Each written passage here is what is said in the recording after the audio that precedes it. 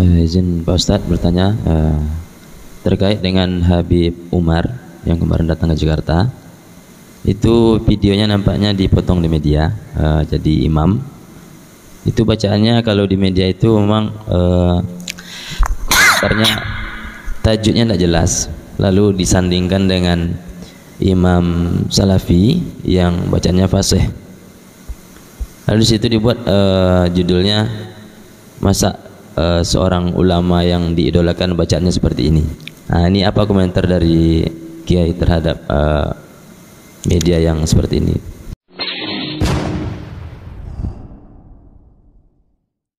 Assalamualaikum warahmatullahi wabarakatuh. Gini tadi saya mau nanya, jadi semisalkan kita udah melakukan ibadah nih, udah banyak ibadah yang kita lakukan kan, cuma ternyata selama ini ibadah yang kita lakukan itu nggak ikhlas karena Allah, ternyata ria gitu kan niatnya.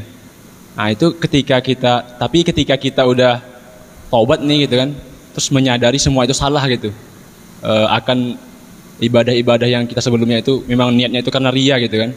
Itu apakah setelah kita taubat tadi, apakah status ibadah yang udah kita kerjakan tadi berubah menjadi status yang diterima Allah gitu kan, atau hangus begitu aja gitu kan?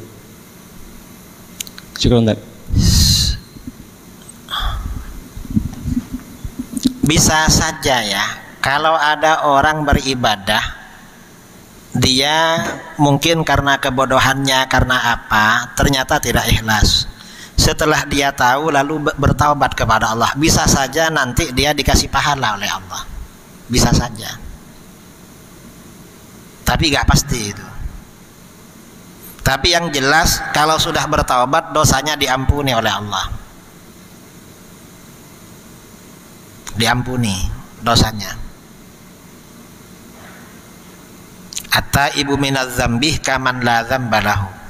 Orang yang bertaubat dari dosa seperti orang yang tidak punya dosa, kalau dia sudah bertaubat.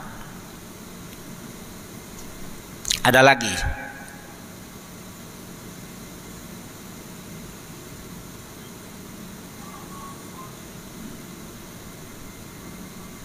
ini ada waktu 3 menit.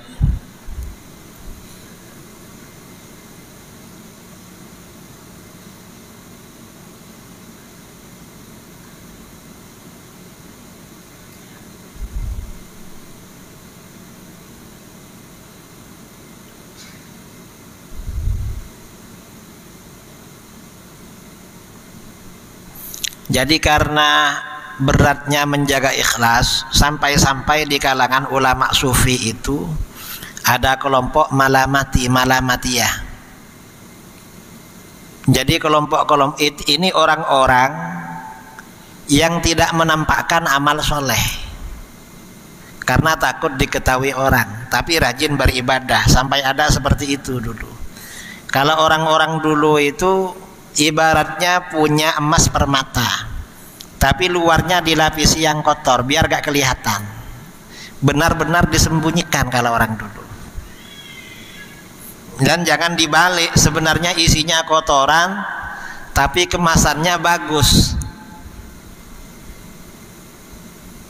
Jadi hati-hati memang.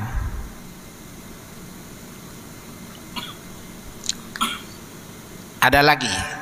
Kalau gak ada kita, ya gimana?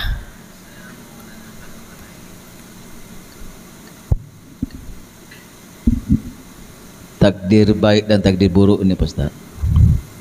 Dalam kehidupan sehari kita kan kadang-kadang ketika tiba musibah kita merasa ini takdir buruk untuk kita. Apakah itu penyakit, miskin, kecelakaan dan segala macamnya. Tetapi kan di balik situ ada hikmahnya. Jadi intinya tidak ada takdir itu yang buruk.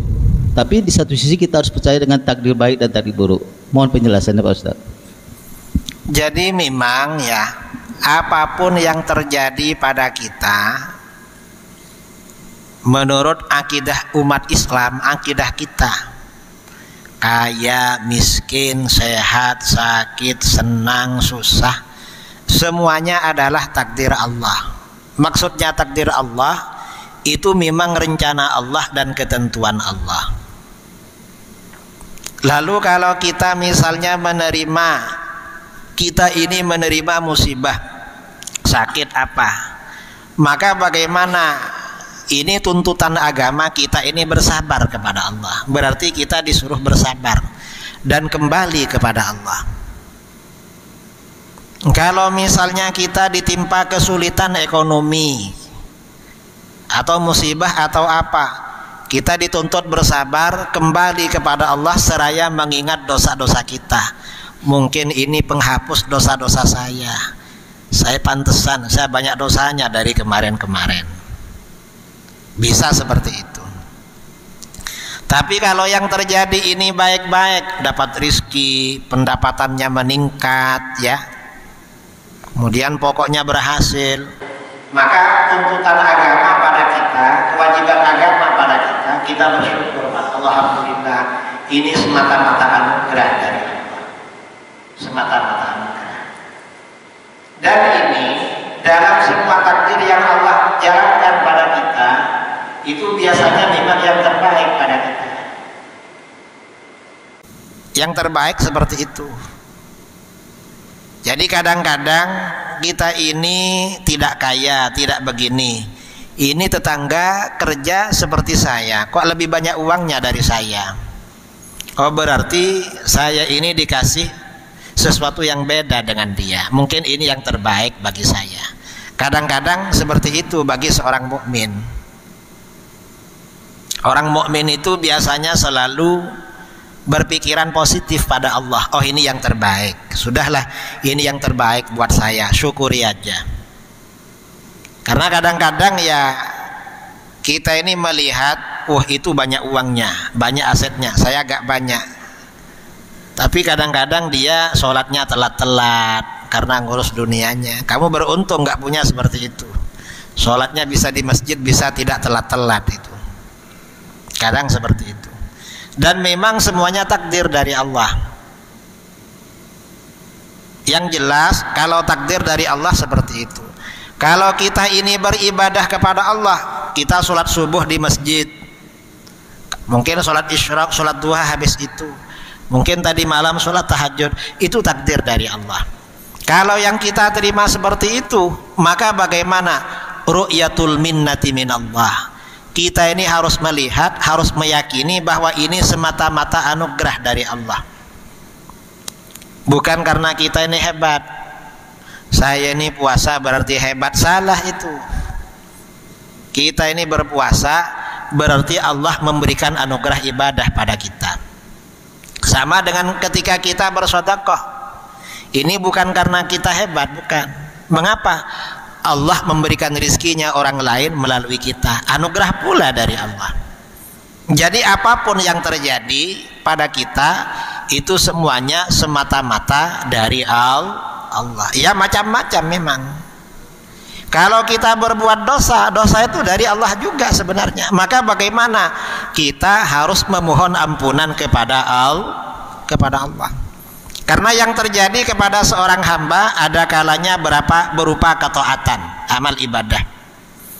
Ada kalanya berupa maksiat, ada kalanya berupa nikmat, ada kalanya berupa ujian.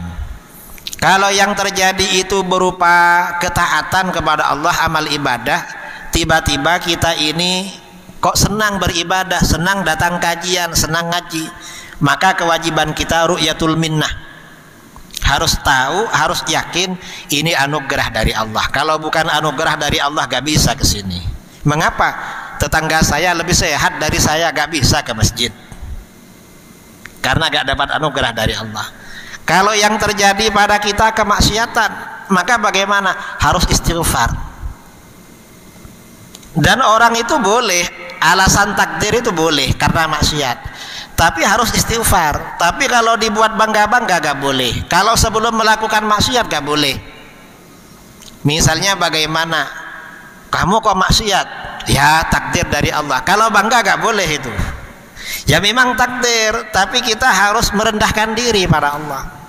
Harus tawadhu. Harus Harus bertaubat, harus istighfar. Kalau sebelum melakukan gak boleh. Misalnya ada orang mau pergi ke tempat maksiat, kamu mau kemana? Saya mau ke sana. Mau apa? Maksiat bareng-bareng sama kawan. Loh, kok mau maksiat? Takdir dari Allah, nggak boleh begitu itu.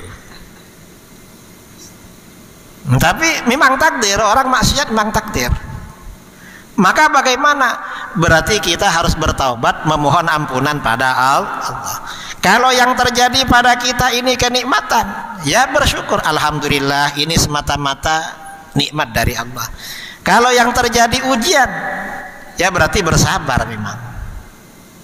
Jadi seperti itu. Yang terjadi pada manusia tidak lepas dari 4 perkara: taat, maksiat, nikmat, kemudian ujian. Pasti itu. Ada apa? Hah? Azab. Ada lagi? Terakhir ya, terakhir. Izin Pak Ustadz bertanya terkait dengan Habib Umar yang kemarin datang ke Jakarta. Itu videonya nampaknya dipotong di media, jadi imam. Itu bacaannya kalau di media itu memang komentarnya, tajudnya tidak jelas. Lalu disandingkan dengan imam Salafi yang bacanya fasih. Lalu di situ dibuat judulnya, masa seorang ulama yang diidolakan bacaannya seperti ini. Nah, ini apa komentar dari Kiai terhadap media yang seperti ini? Jadi memang begini ya, apa namanya? Pertama, Habib Umar itu ulama Yaman. Ulama Yaman, ulama Mesir. Kalau yang bukan yang korek-korek itu memang bacaannya agak enteng dan itu sah. Jangankan ulama Yaman, hatta ulama Saudi seperti Syekh bin Baz, Syekh Utsaimin, itu bacaan Qur'annya kalau dibanding dengan korek-korek salah-salah memang. Ya karena beliau memang nggak fokus di situ. Habib Umar itu fokusnya berdakwah dan mengajar. Jangankan Habib Umar, saya dibandingkan dengan imam tadi kalah saya. Artinya ya kalah fasih karena memang nggak fokus di situ. Atau UZR siapa yang biasa ceramah, siapa Ustadz Al-Nof, ya gak fasih juga karena gak fokus di situ. Ya gak bisa dibandingkan begitu. Situ namanya anak-anak gitu itu. Tapi walaupun Habib Umar ya, Habib Umar itu bacaannya memang agak enteng. Artinya tidak sefasih korek-korek. Sholat di belakang beliau lebih khusyuk daripada sholat di belakang imam yang fase-fase itu. Buktinya apa? Orang yang mendengarkan ceramah beliau itu kan banyak yang berubah setelah itu. Pengaruhnya ada. Jadi jangan dinilai seperti itu. Dulu itu ada seorang ulama ini fasih, mau datang ziarah kepada seorang waliullah, terkenal wali orang ini. Yang ini tidak wali tapi fasih bicaranya. Kalau baca Quran apa fasih. Setelah mengaji kepada waliullah ini, ternyata bacaannya tidak fasih. Ya mungkin kayak Habib Umar lah begitu. Akhirnya di dalam hatinya ada bisikan, gak fasih ya, padahal ini waliullah katanya. Selesai ngaji, dia mau keluar, ternyata di pintu ada singa. Dan dia gak berani, guru saya gak berani. Akhirnya kata gurunya, kamu ini yang dipikirkan cuma lidah kamu dari dulu yang diperbaiki katanya. Makanya takut sama singa. Hati kamu belum fasih sampai sekarang. Kamu yang fasih cuma lidah, hatinya gak fasih. Akhirnya singa itu suruh pergi. Ibaratnya macam seperti itu. Memang ada ya orang-orang yang diurus lidahnya saja, hatinya gak diurus. Memang perlu ada orang yang fasih-fasih ada. Tapi gak bisa kalau semuanya fasih, gak bisa. Karena gak semua orang itu ya fokus jadi imam, fokus jadi apa, gak bisa. Ada orang fokusnya mengajar, ada. Saya rasa itu ya. Jadi yang Habib Umar ya kalau jumpa kita sholat di belakang beliau. Kalau ada imam yang fasih kita pindah sama beliau. Kecuali kalau yang fasih itu ilmunya selevel Habib Umar, gak apa-apa di belakangnya. Dan ini yang bertanya ini, atau mungkin Wahabi ya, yang ini gandeng-gandeng, dia cuma menata lidahnya aja, ilmunya sama hatinya jelas gak ditata. Tapi Wahabi hatinya memang rusak karena suka mengkafirkan orang, menyesatkan orang gitu.